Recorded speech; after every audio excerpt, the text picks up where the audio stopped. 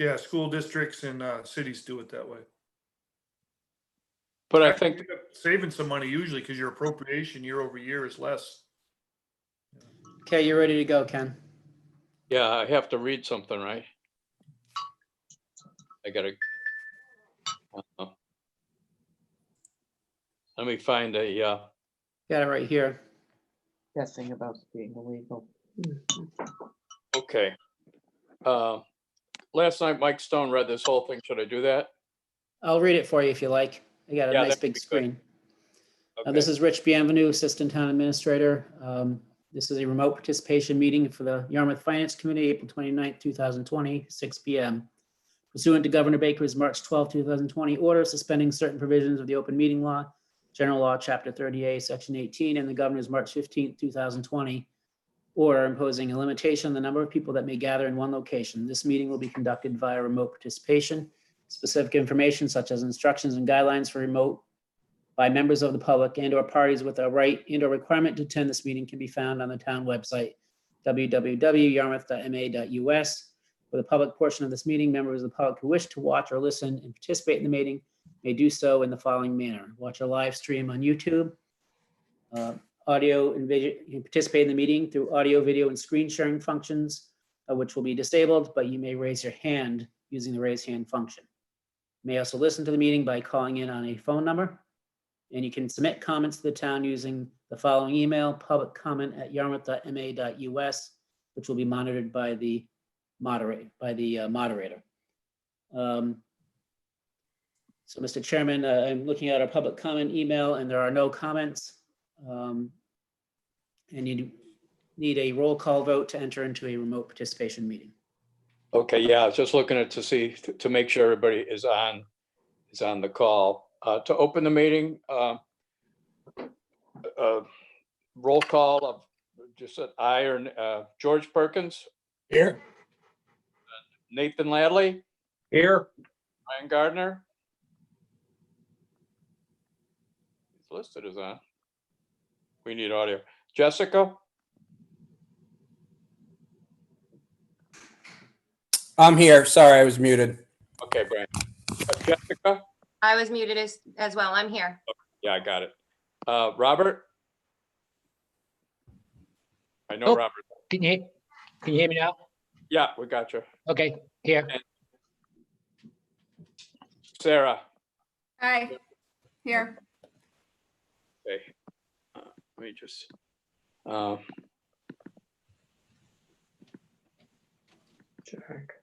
got it. All right, I had the participant list. I couldn't get it off. Okay, we should start with the. I don't think Beverly's on, is she? No. Okay, she said she would call in. Jack is not available. Oh, Did I hear Jack? Okay, well, we have a quorum.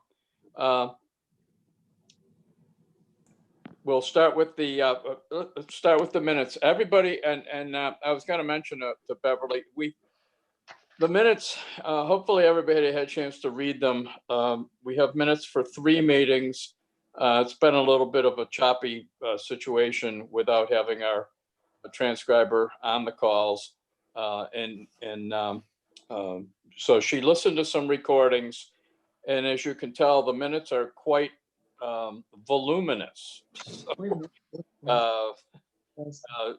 But we have everybody should have had a chance to read them. Has everybody had a chance to read the minutes of, I believe it's March 4th, April 8th, and March 25th?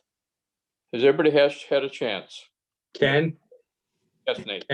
on April the 8th, I believe it says I was there, but I wasn't. That was Okay, the first night of Passover. okay. We'll make that note, that amendment on April 8th. Because I went through, I had to make a few changes about who voted, who abstained, et cetera. And quite honestly, I would have said that, she did a really nice job on this. In fact, there's probably too much in some instances. For example, the the plastic, the environmental issue, it probably would have been just as simple to say that Jim Wolf discussed the steps Cape Air is taking and leave it at that. And a few other examples. In any event, And if everybody's had a chance to read, we'll have to vote the minutes individually. Has everybody had a chance to read them? Yes, Okay, would anybody like to make a motion? I'll make a motion that we accept them. You can make a motion to accept all three if it's seconded and approved. Do we have a second?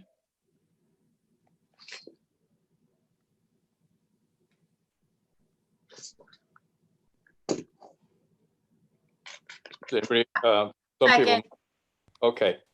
Was that Jessica? Yes. Jessica. Thanks, Okay. Rich. We have a motion that's been seconded to approve the minutes of March 4th, March 25th, and April 8th. I'll take a roll call vote, and I'll start with Robert. I'm going to abstain from the 8th. I think that's the one I wasn't there, but I'm in favor of them all. Okay. Jessica? you can let me know. I'm in favor. It says, Robert, on the 8th, it says you were there, and Nathan, it does say that you were absent. Oh, But okay. the one that Sorry. I'm absent, I was absent. That's the one I want to abstain from. I think. Okay, and the motions will be as amended, so. Okay. So we have, I think, what did we say? Robert, Jessica, Sarah, Aye. George, Aye. Brian, Aye. did I get Jessica? Aye, yes. And Nate, and myself. I'll abstain from the April one, the other two I'll vote yes. Okay, the motion carries. Okay, thank you.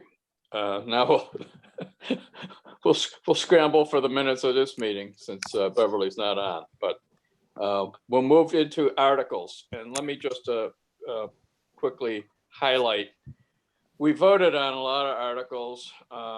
We left a few in abeyance, and as of last night, and Dan will obviously pitch in here, as of last night, assuming that we have a town warrant for a town meeting on June 22nd, we're down to 16 articles. There is some discussion as to whether the petition articles need to be excluded from the warrant or move to be deferred during the town meeting. All that being said, the DHY agreement articles and several other articles will be eliminated. There will be, most of the articles will be budget articles as well as some road funding. So Dan, do you want to add any more to that? In other words, Yeah, we're gonna hang on to one. Yeah. Yeah, we're gonna hang on to one wastewater article related to financing a town participatory event in the, so that the Route 28 project won't be interfered with. right. So what we're asking for is at town meeting is authorization to borrow, I think, Rich, it's up to $5 million. Not that we would do that. 250. How much? 5,250,000. Yeah, it's article number 11, 5,250,000, such that we can continue to have a finance mechanism to pay for engineering and any piping work that needs to interface with the DOT. Okay, so for purposes of this meeting, I think we need to sort of regather once we have a completely clean document, and then take it under separate discussion, discuss the ones we've already voted on, which is the majority of them. And we certainly will vote on the articles prior to the town meeting, whenever that is. I guess the point being, it doesn't appear at this point that there's much need to discuss votes on the articles. Again, No, since I'm we gonna, yeah, voted. I'm gonna have a answer from town council by the next time you meet as to whether or not we actually can do what we're trying to do, or if we have to add all the old articles back with the caveat that the ones that we don't want to take up, we'd have to actually table till the fall. So Okay. I'm waiting for that opinion to come back. Once I know what we got, how it's going to lay out or what we got to do, then we'll represent it to you. Okay. That work for everybody? But these are the ones we believe we need to have at minimum to take care of business that needs to finance the town. There's also an article on there for, that would allow the town to enter into leasing arrangements to facilitate a couple of solar projects. Okay. All right, so we will discuss those at a future meeting. And if you weren't on right when the meeting got started tonight, there's a discussion about possibly deferring, like some other towns are doing, a town meeting until the fall. Again, we'll see how that plays out.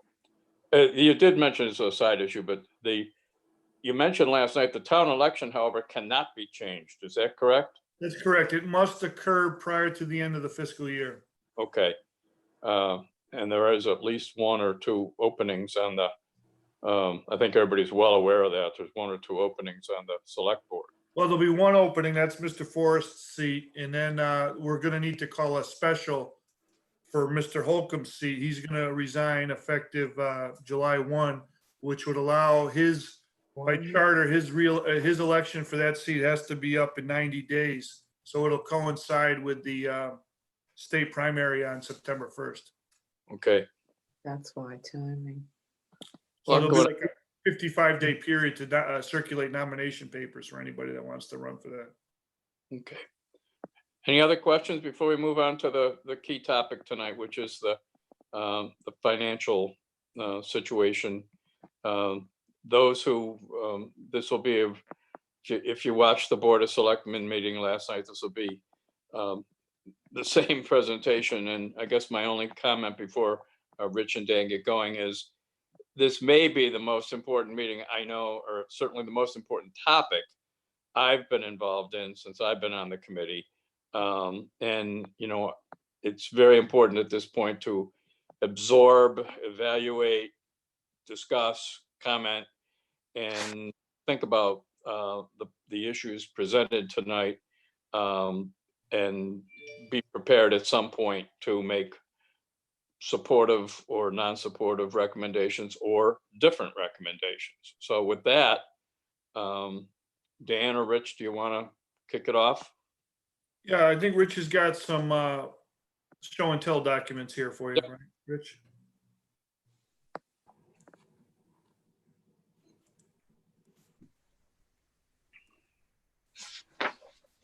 Start with this one. So maybe we could start with just how are we doing for fiscal 20? And as mentioned last night, our revenue projections look like we're going to be on target. And then the state has indicated that they won't harm school districts this year for this present fiscal year. So with the exception that was brought up last night about property tax collections, and Ed Centeo had indicated that they were running, I want to say maybe we have like $11 million left to collect. I think, Rich, is it something like that? Yeah. Yeah, we were in pretty good shape to finish this year. That being said, though, the likelihood that we would generate any free cash of great significance like we had the last few years has diminished tremendously because we'll literally limp to the finish line with the receipts. So that's kind of the good news story for us now. But going into 21, Rich has and Ed have projected out some various types of scenarios, and you can see those on the table that's in the upper corner, based on local receipts at 16,753, and if we had reductions of between 5 and 33%, those are the individual dollar values at each increment. And we've put together a menu, if you will, kind of like a buffet of what I would call decisions that could be made that would cover the deficit that's being projected with very little harm to actually operating the town for the upcoming year. Is that Yeah, better for people to see? real estate taxes is what, about 65% of our revenues?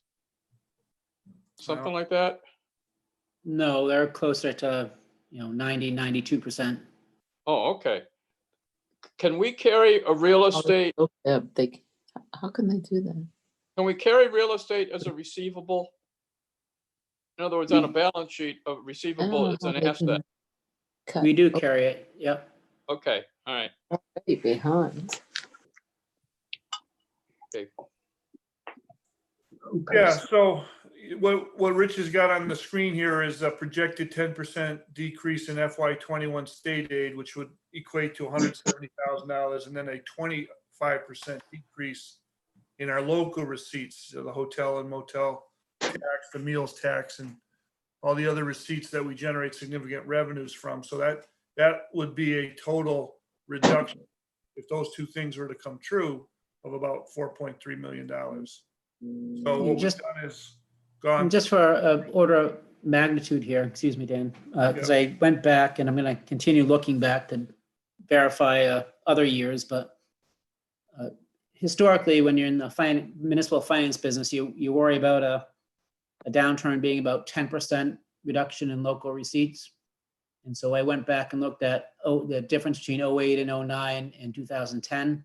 And in fact, that was the actual reduction in local receipts, came in about 10.5 to 11% reduction. And so normally when you're doing budget planning, that's, the amount you think you might have to cover. So the fact that we're covering, upwards of 25+% reduction is pretty dramatic, but it's reflective of the environment that we're in. But, we hope that that is not the case, but we're certainly planning for it. But that becomes important to know that a typical downturn, significant economic downturn is somewhere between 10 and 12%, because you likely will have options presented in front of you, and you might want to take advantage of some of the options and not others. But it's good to know the order of magnitude of when you might have to implement them. Okay. So do you want to walk through some of the highlights here of the reductions Sure. So, proposed, I guess, be a better word. so keeping in mind that a 10% reduction is about $1,675,000. You can see that this first set here is just about that amount. And so in a normal economic downturn, by these reductions here, we would be able to accomplish or accommodate those local receipt shortfalls. And we've done that through a variety of accounts. These first ones here, up through the Senior Services Transportation Program for $50,000, were new adds for the budget for FY '21. And so we are not going to be in a position to add those any longer. So those have been removed. So those were easy. The $625,000 was wastewater funding that was proposed to happen this year on the idea that we were going to implement that program in the upcoming year. And that doesn't look like to be the case, especially since we're putting off a vote on DHY, which would make it effective until at least a year later. So we're accommodating that. We do have an overlay of $500,000 typically that gets raised as part of the budget. That's to pay for exemptions and abatements of property taxes. Typically, we use around $200,000. So that's been a way we've been able to build up our fund balance to get that try to get AAA rating. But in this environment, we don't have that luxury. And so we're going to drop it down to the annually expected use. If it were to come in higher because of a bad situation, we do have unspent overlays from prior fiscal years that have accumulated that are available to meet those requirements. Stormwater funding was added to the levy a couple years ago, and that's been removed. The next series has removed all the OPEB funding that's within our levy, supported by departmental fees. And then the rest of these are just, now that we have further information, we're just that much further along in the budget process and in timeline. We know, for example, that we had to plan for about a 10% increase because that's what our insurance company was telling us. But in fact, it came in at something less. And we don't anticipate contract settlements to require as much as we had originally planned. So that's a reduction to get back to what we think we really need. And that generates about a 10% savings on local receipts. But of course, if we're trying to plan for a super significant event here and a 25% reduction, we need to go further. So one of the things I talked to Karen Green about, and I have to follow up with the CEDC to see how receptive they are to this. But we do have special legislation for the Tourism Revenue Preservation Fund. And I don't think that there's any way that we can get out of that obligation in any particular year without legislation, which isn't going to happen in time. So we're required to raise the $379,000. But my proposal that I want to talk to the CEDC about is that could we reallocate some operating costs from the Community Development Department out of the operating budget to the TRPF for this 1 year period. And perhaps that's an arrangement along the lines of, if we could do that, we'll keep track of it, and when we're able, we'll repay it back out of free cash, perhaps.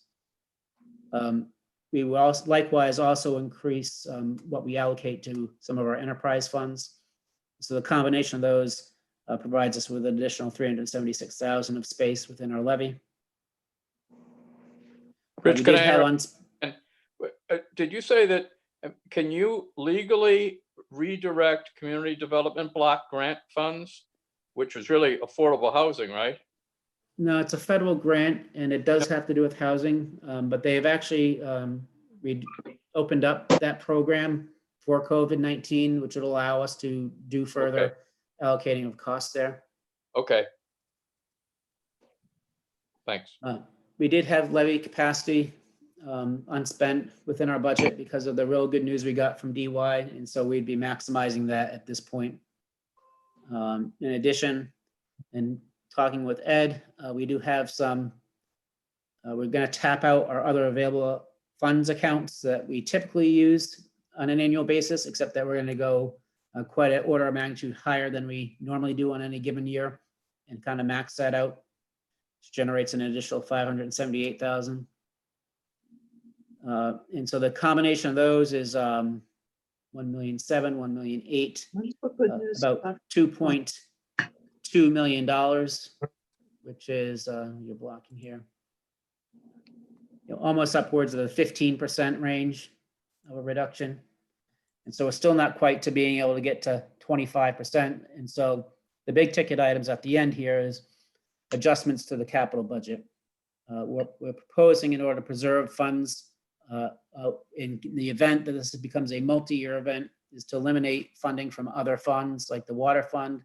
They do have sufficient appropriations available to them now to continue work that they have in progress and have planned over the next year. Same with the golf course, will be having a significant fiscal impact because of this. And sanitation, the recycling fund. So those have been proposed to be eliminated, as well as proposing to eliminate, not eliminate, but freeze spending out of the fire department fund, which was about $495,000. However, the rest of the capital plan that's in the levy, what we're contemplating is still appropriating the funds, so they are available, because we did up through here come up with short reductions in the event of a shortfall of up to 15%. If that becomes the extent of our revenue shortfall, then we wouldn't need the freeze down here. But if we do need to freeze additional money, when we realize that money's available, perhaps we could spend this, and that's why the point would be to appropriate it. But if it never becomes available, because you do experience a 25% plus shortfall, you would never spend the money. And at the end of the year, it would close back out to the general fund being unspent. And then, of course, the part of the so that's a controversial in and of itself. But then a little level higher would be the same thing with the amounts that are appropriated for the roadway funds. And the reason that's a little bit different is that was about 9 or 10 years ago, the subject of a override. And so the selectmen have had a policy that override was for roads. And so for every year since then, we've appropriated that 1.1 million plus the growth of 2% every year and dedicated it to roads. Point being though, now, if you're in such a dire circumstance where you have to have a protection against a 25% revenue decline, when you're normally faced with that, 10% revenue decline in a downturn, this might be a circumstances where that position that you take, typically you might feel like you can loosen that stance a little bit. But that, that's a decision that you guys will have to make and the board will have to make in town meeting ultimately. But again, I would submit that similar to the approach up here with the community development folks, is if that were in fact needed because you experienced something well above, now we're talking in the 20% plus range of revenue reductions. If you really did experience that and had to freeze and not spend this money, that to the extent that happened, perhaps in a future year when it was otherwise available to you, you can have a policy or a promise to pay it back. So the total of all those, if they were all enacted and available to us, is about $5.5 million, which is equivalent to essentially just about a 33% reduction in local receipts, which would be the largest reduction I've ever seen accommodated in a municipal budget. But that's the time we're in.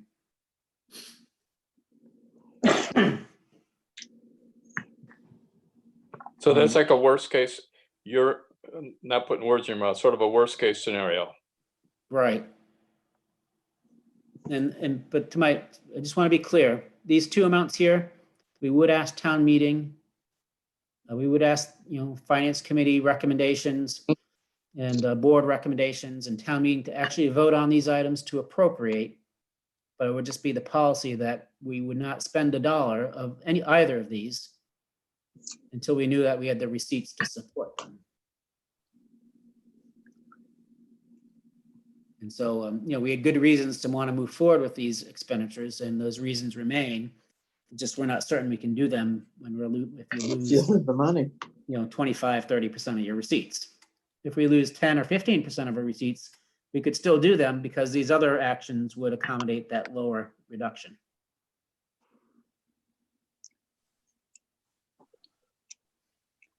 Let me just transition right into one other thing and I'll be quick. All that being said, there are other things that we're undertaking. And that's this here. This just summarizes everything I just spoke about. But there are additional measures. And so the free cash article was one of the articles we're proposing to be eliminated. With the exception of vehicle repairs, which was a pretty dire need in a lot of circumstances. And so other than that, all free cash requests have been deferred. We're proposing to defer to fall town meeting. And the reason for that is at the same time that we're cutting, we want to preserve our reserves as much as possible in the event something happens beyond what we've planned for, or this becomes a multi-year event. So one of the other actions is considering a hiring freeze for most unfilled positions.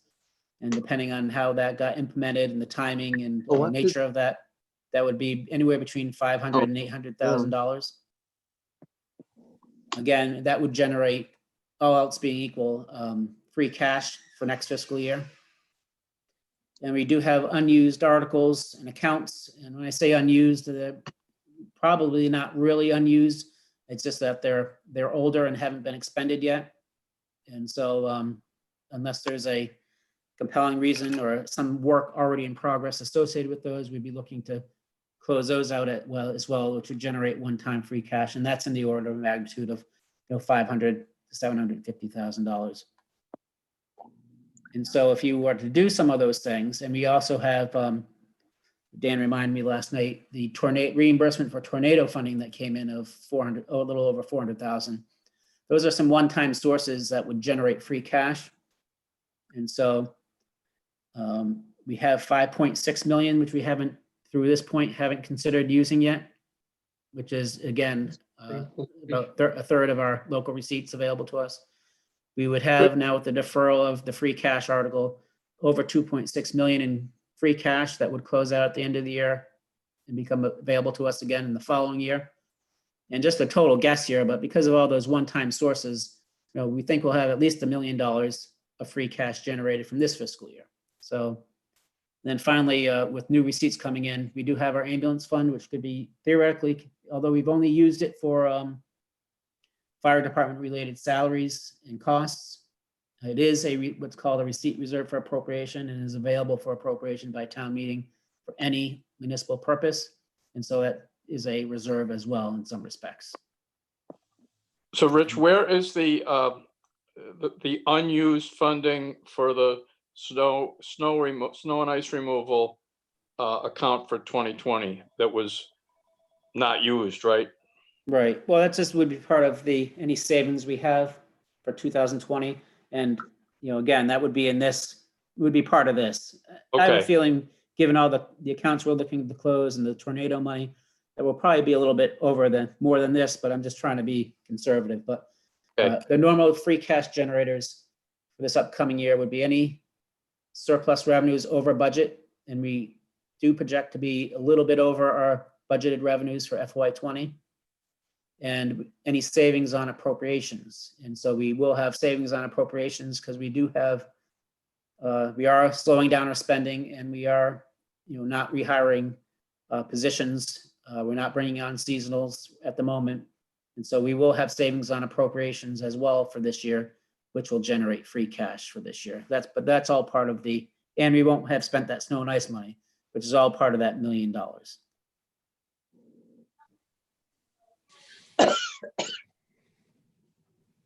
Any questions at this point? The steps beyond that, if I just wrap up, there are more budget cuts we could make. They become a little bit more painful. That's in the order of magnitude of $250,000 to $500,000, and anything beyond that, would require elimination of substantial programs or divisions, like a library or a senior services or something like that. We can also explore hour and salary reductions where feasible. Furloughs, we'd have to wait. You have legislation for early retirement, but you could craft your own internal plans to encourage people to retire early. And then, of course, you could do layoffs, which in my mind, and I'm crafting for Dan, some of mine and Ed's thoughts into a memo of recommendations. But that's really the last resort. That's the hardest thing to replace. If you defer buying a capital item for 6 months or a year, you make do. But if you have to lay somebody off or a good portion of a group off, that takes years to get back and get back up and running, not to mention the institutional knowledge that a lot of times those folks would have as well. And so that's why I list it last. And people might have different thoughts on that, but that's how I'm thinking of it at this point anyway. Around that long, but he's very thorough.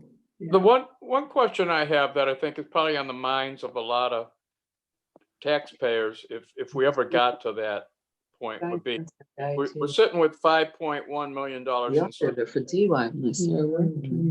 with 5.1 million in stabilization, and stabilization is pretty much a rainy day fund, and this is the rainy day.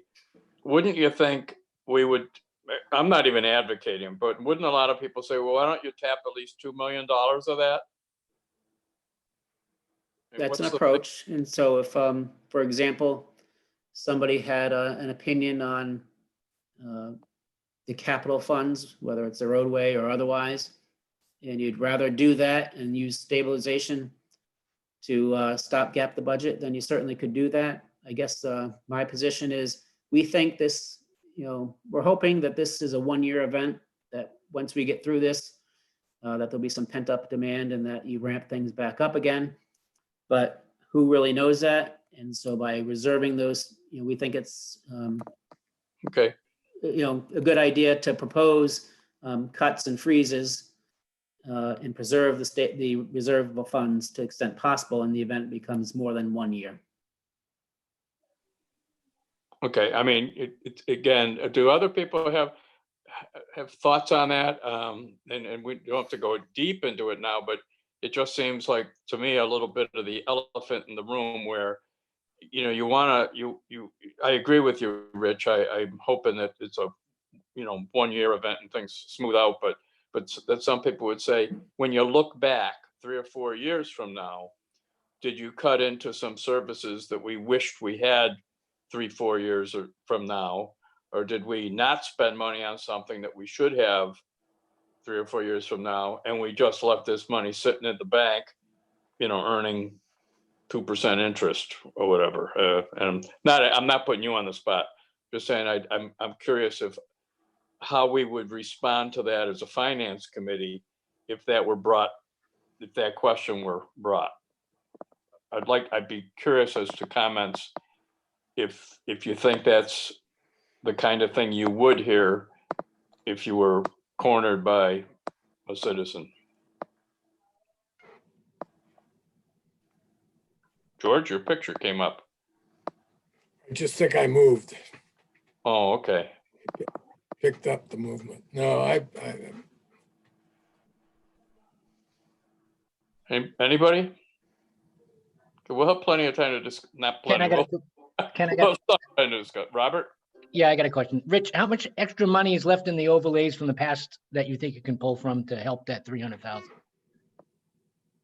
So the past money, that's a good question. And that's what we call overlay reserve. Yep. With a vote from the Board of Assessors, overlay reserve becomes an available fund. And we could spend that down, and I probably ought to add that to the list of reserves. Let me just bring that up again. My thought is that, There is a, so I put down current reserves, but also part of our current reserves is our unreserved general fund balance, which is in the order of magnitude of $4 million. It's not all available to us, but probably at least half of that under overlay reserve would be. And so that should be on this page. so if I hear that right, you said you have as much as 2 million in overlay reserve? Yeah, it's a pretty big number. Okay. That makes me feel much, much better. Can you explain that for all of our benefit? I'm not totally. Yeah, sure. So every year when we go and set the tax rate, since the largest portion of our budget is from property taxes, for sake of argument, let's say it's 90%. You have to provide for any number of exemptions that we offer to people, either elderly or veterans, for example. Mhm. Or you also need to provide for that, there was a overvaluation and people are entitled to an abatement of the tax that you thought you were going to charge and use to balance your budget. So that provision for exemptions or paying out of abatements, we usually provide for somewhere of a normal year between $400,000 and $500,000 for that purpose. It's not something that's never voted on by town meeting. It's just kind of a thing the state requires you to provide for when you set the tax rate with the state. However, the actual issuance of abatements and exemptions is more along the lines of about a couple $100,000. And so if you've got to cut a budget, that's probably the first place you'll look. But to Robert's point, and again, just for talking points here, if you've been using $500,000 and having outlays of about $200,000 over a number of years, that's how you build up an overlay surplus. And that you can't use it. It becomes unreserved fund balance. And that's how one of the ways we've been able to increase our unreserved fund balance. And that's why we're on the precipice of getting a AAA rating because of things like that. But there is a way to actually use it. And the way to use it is you approach the Board of Assessors and ask them to declare, because they look at the balance that you have, say $1 million, if you had $1 million of unspent overlays, and you ask them, are there any appellate tax board cases that you have pending? And for Yarmouth, the answer is no, or if there are, there's very few of them, which means that you don't have any exposure. So if you have no exposure, you can ask your assessors then to release those surplus overlays, and it becomes an available fund, just like free cash is an available fund and can be spent by town meeting. Okay. Very helpful. The only other point I was trying to make is the value of your property is on January 1. It's a stop clock. You take a picture of it. if it was on January 1 of 2020, we should be in pretty good shape, that the argument isn't that my property had depreciated that much on January 1 because we really hadn't had a COVID emergency. Next year, anybody who's had a substantial amount of damages due to COVID, either leasing or rentals, retail, restaurants, example, vacate. If a snapshot on that January 1, 2021 is an empty building, that's the year that the overlay will be hit the hardest. So there's like a 1-year lag after what happens because it's always dated January 1. It's a stop clock.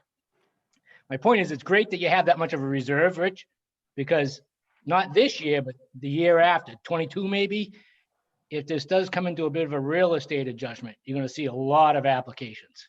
And that's the heads up. So you're in good shape. I appreciate that. And maybe accessing Okay, some of that money from the assessors would be definitely appropriate at this point.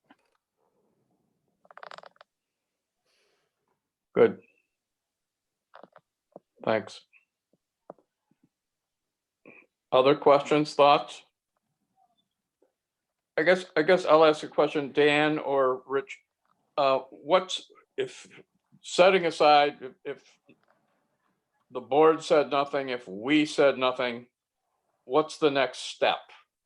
I mean, do you activate these changes? I mean, what's the execution plan? Yeah, so one of the challenges that's in front of us is the governor's budget was projected on hearings that were held at the State House back in December on revenue forecasts. The House of Representatives, which goes next in the process, hasn't begun their, because they duplicate the entire thing, as does the Senate.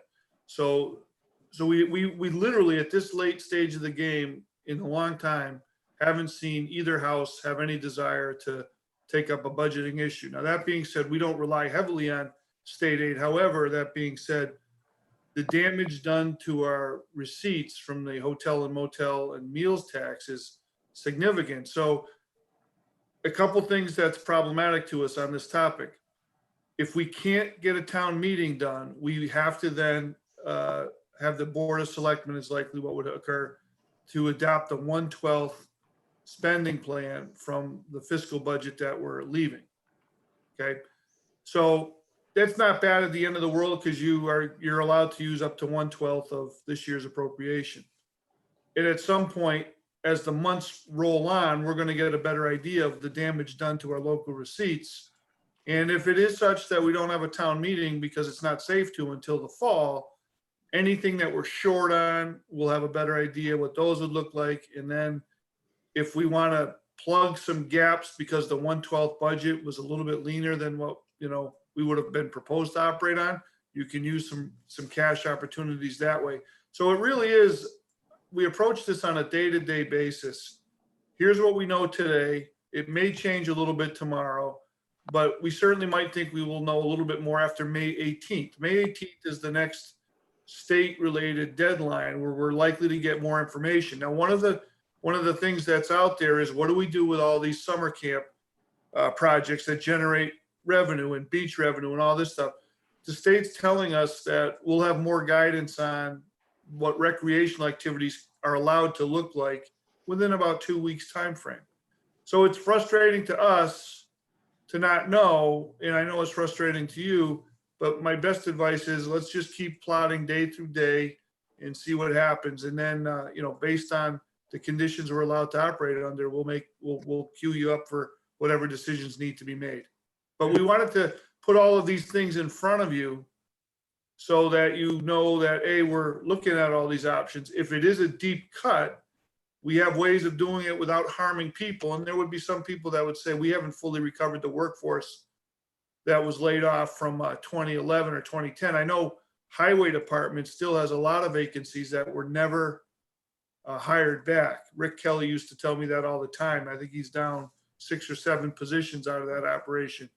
So it's one of those things where, like Rich said, perhaps because all of the metrics in the economy were pretty good before we went into COVID problems, that those institutional hurdles that were the problem in the last recession aren't necessarily there. There'll be pent up demand.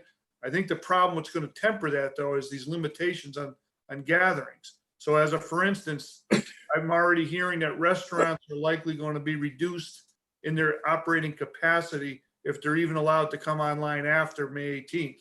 So a restaurant that seats 60 people, cut it to 40% of that.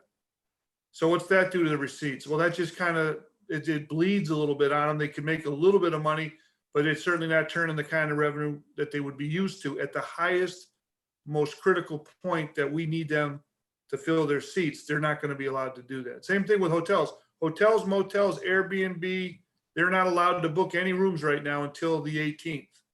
And even then, I'm not sure what a hotel looks like for renting rooms out after the 18th. It could be that the hotel needs to cut its occupancy to 50%.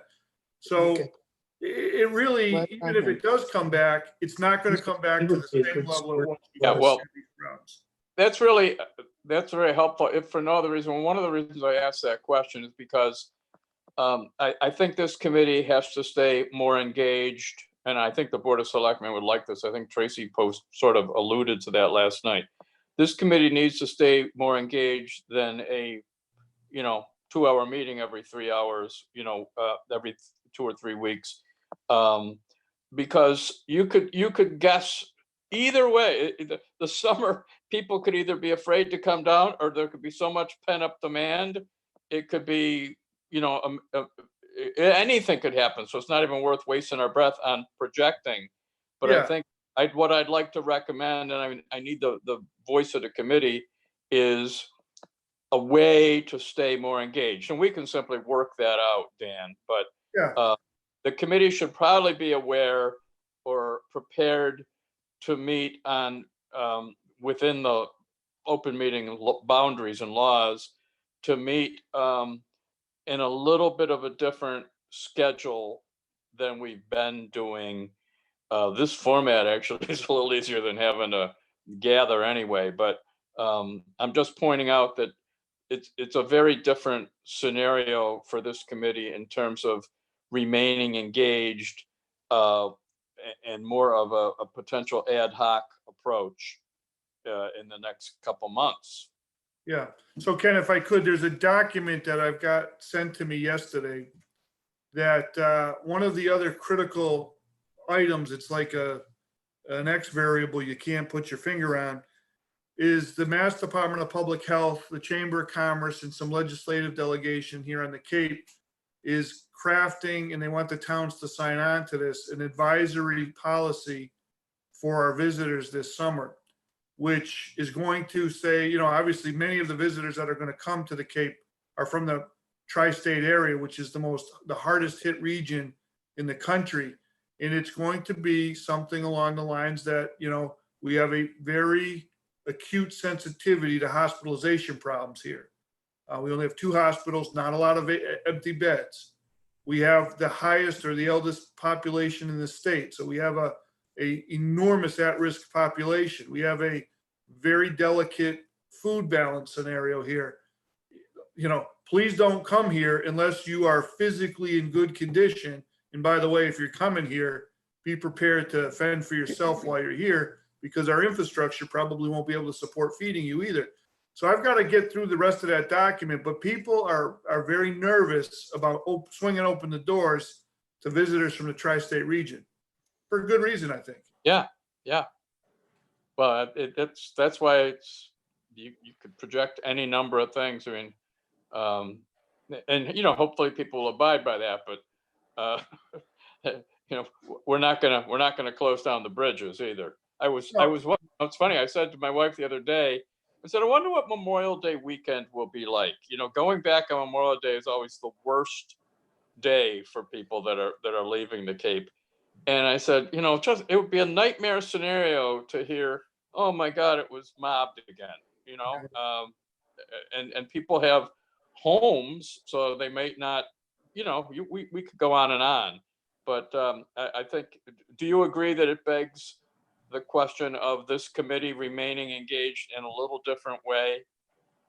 Yeah, I think one of the things I've been mindful of when we're faced with these situations that are highly variable is to not get too deep into any particular avenue, because it does consume valuable staff time to chase down information that we don't know much about.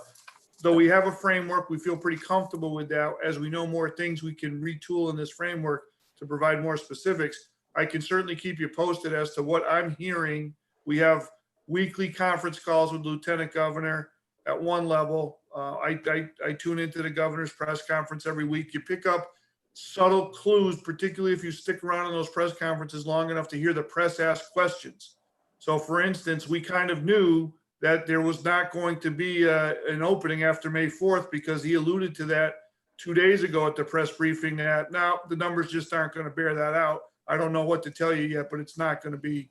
So we do that every day. We do the weekly call with the Lieutenant Governor. There's a MEMA call that goes on every week, and then there's a county call. In any one of those forums, we pick up critical pieces of information that help guide us for decisions that need to be made and queued up for like 2 or 3 weeks from now. So for instance, what we're starting to look at now internally is what the day after May 18th looks like. So if we're allowed to open up, say, for instance, certain parts of town hall to public activity, how do we do that? How do we do it safely? How do we protect the public? How do we protect our people? That conversation is going to start this week as it relates to what do we need to do to get in position to serve the public. Now, I am fully comfortable based on how we've been able to operate under the circumstances we've been in. You know, one of the stories that shouldn't be missed by anybody here is the building department continues to process an enormous percentage of permits, and they are out there inspecting preemptively. Mr. Mark Grill sent out a notice to the motel and hotel owners, hey, while we're under this circumstance here where you can't allow anybody in, would you let our staff in to do the annual inspections?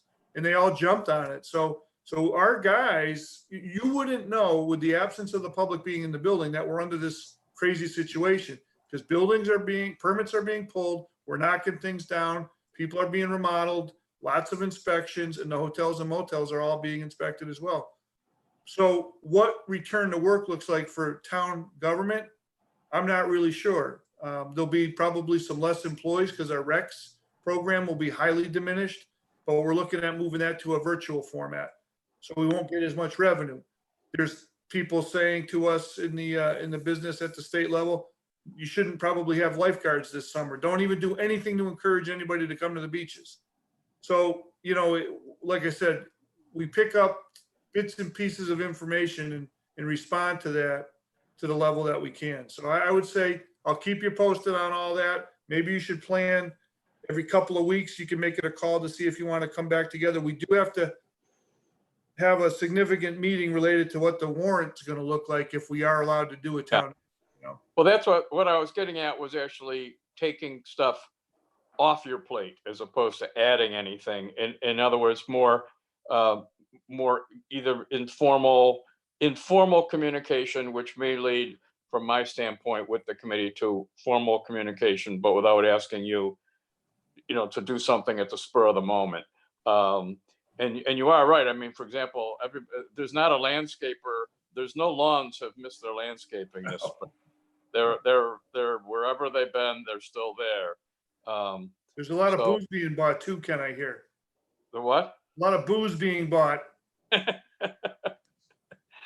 Yeah, well, They're not hurting either, those guys. Good reason for that. Yeah. So no, don't misunderstand. It's actually, and you're going to be operating without, a key person here. Yeah. So I just wanted to bring the committee into the discussion. For example, I get a lot I watched other than some parts of it, but the Board of Selectmen meeting, especially when you don't have to go there and you can just put it on your computer, is somewhat informative. I mean, I found it informative last night. It's certainly more comfortable to do it from home. Yeah, it certainly is. Yeah.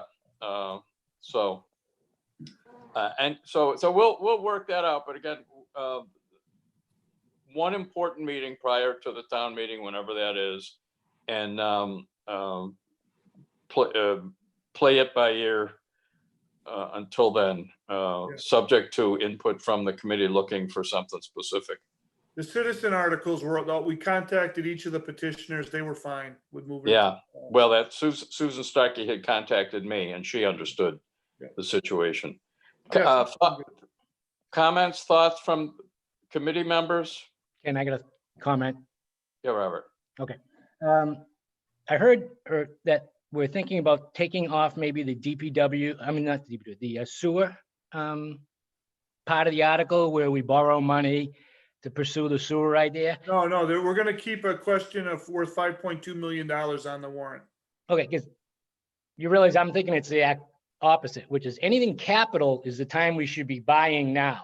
We should book that $100 million for the school. We should book the DPW and we should book the sewer system because of interest rates. You know, Yeah. 1% drop on $100 million, $1 million a year. Yeah, the school needs a ballot question though, Robert, still, Right. so that's critical. So what, to your point though, we have to plan for the election and we've asked the school department to come in and with their architect and give us an update at a board meeting in May. What's the project look like today? And in fact, tomorrow I have a conference call, the building committee does, right? Tomorrow. Right, we have a building meeting tomorrow, yes. Yeah. So, throughout this entire pandemic situation the school project is still going. It And we should got to be. find a way to pay for it. So we Right. want to make sure there's enough information to the public and we got to start that process quickly. See, I'm an advocate more of deferring something like the CPA fund, the 3% for like 2 or 3 years, but making sure we do the capital stuff Yeah. during this interest time period. Because we're Because also, it needs a ballot question. That's the problem though, Right. Yeah. well, we're a board. If we think deferring it for a couple of years or at least putting a ballot on it, we could ask. Because like I said, I would like us to at least think about it, which is deferring the CPA 3% for a few years and making sure we focus on capital purchases in the time period where the interest rates are finally, I mean, these are ridiculous interest rates. We're not going to see this again. No, We these don't are- take advantage of it again. I really think, there's nothing saying that we're not going to see 7% interest rates and stuff like that again. There's nothing that says that can't happen. So for us to give up, what, a 1.5%, 2% interest rate on $100 million is just No, I hear crazy. you. Yeah, I agree. Even the price of oil. Yes. Yeah. Yep. And that's why I did have to keep in mind that we want to at least have in the back of our minds, 3-4 years from now, what steps did we take now or what recommendations do we make now? And make sure we were thinking somewhat long-term. Yeah, one number I'm gonna have to work on a little bit better for you is what happens if we don't get the debt exclusion vote? Because as the project moves forward, we'll incur more borrowing costs. So they had projected a number for us that we built the budget around, I think in January, but it might be different. So we'll find that out quickly soon. Because, one of the things on a June 30th election in the middle of a pandemic, I'm not sure how many folks are gonna wanna come out to the polls. To kind of give you an idea, some of the challenges we're up against that amongst the town clerks across the state, typically think about who manages your poll stations. The most vulnerable part of the population makes up probably 95% of the state's population that works polls. So they're telling us, come up with a plan so that you can have full-time employees who aren't in that high-risk demographic staff your polling operations. In the meantime, do everything you can to push people to do absentee balloting, So a municipal election with one seat really for the selectmen, that maybe we get 14%. I think that's kind of a high estimate. We might get like 8% for this thing coming up. So who's going to go to the polls, So there's a lot of challenges to doing business and to the town in this situation that we're in, Will there still be voting in the town hall? Yeah, they'll be voting in these places, but we got to look at how that actually goes on. Much like the supermarkets have like aisle spacers, we'll Yeah. probably have similar type of ideas where you're going to have a certain amount of distance between people and Yeah. things of this nature. Yeah, Okay. but the workforce is my critical concern because it's hard to find poll workers under the best of circumstances, you know? Hmm. So, Yeah, and it's generally not the young crowd. No. So if anybody's working at home and they got the day off, let us know and I'll put you to work as a poll worker, you know? Okay, Pays pretty good. yeah, Dan, can we publicize that we'd like to have mail-in ballots? Yeah, I gotta talk to the clerk about that. I mean, there is a push unofficially to drive people towards that. And I think, you know, this is over the years, if you remember what it used to be like to get an absentee ballot, they used to give you the, you know, the 5th degree, right? Why are you getting this? Well, you know, now they don't generally ask him any questions. So it just really becomes a matter of, because the election is being moved, it's in June, and we just got to get that people's attention that, hey, there's an election going to come up and we prefer that you do an absentee ballot, you know? I mean, everybody still goes to the dump, right? The recycle Yeah. center. If we Yeah. put a sign up there, we prefer you to do absentee ballot. Please Good call idea. so-and-so number. Yeah, we could look into doing it. I'll talk to the Yeah. clerk tomorrow about that. I like that. The application is right on the town website. And I, having done it myself in the last 10 days, I emailed it in and I had notification from the town clerk the next morning that I would be taken care of for one of the things you can check off is every election this year. Oh, no kidding. Yeah, there you go. So it's real simple. Yeah, that's good to hear. Thank you, Nate. Okay. anything else? We could move out. The agenda technically has, are there any transfers, Dan? There's none. Okay, We didn't do it. any other questions, comments, thoughts? We'll be interim communicating again, subject to open meeting restrictions, as to what the next steps are and when the next meeting is. And again, not to be misconstrued, my intention is to just be able to share communication with town administration rather than ask for any information that isn't already being worked on. So we're not recreating the wheel. But we want to maintain a pretty high level of engagement here. And I think everybody would agree with that. Okay. Jack's not on the call, but if anybody wants to make a motion to adjourn, Moved. Sarah's made a motion to adjourn. Do we have a second? I think I heard a second. Second, Robert. Okay, I think I need to take a roll call. Robert, You. Aye. Nate, Yep. Brian, Yeah. Jessica, Aye. George, All right. Yep. did I miss any? Me? Aye. Did I miss anybody? Okay. Well, thank you very much, and everybody, the usual, stay safe and stay healthy. Thank you. Thanks, you too. Okay.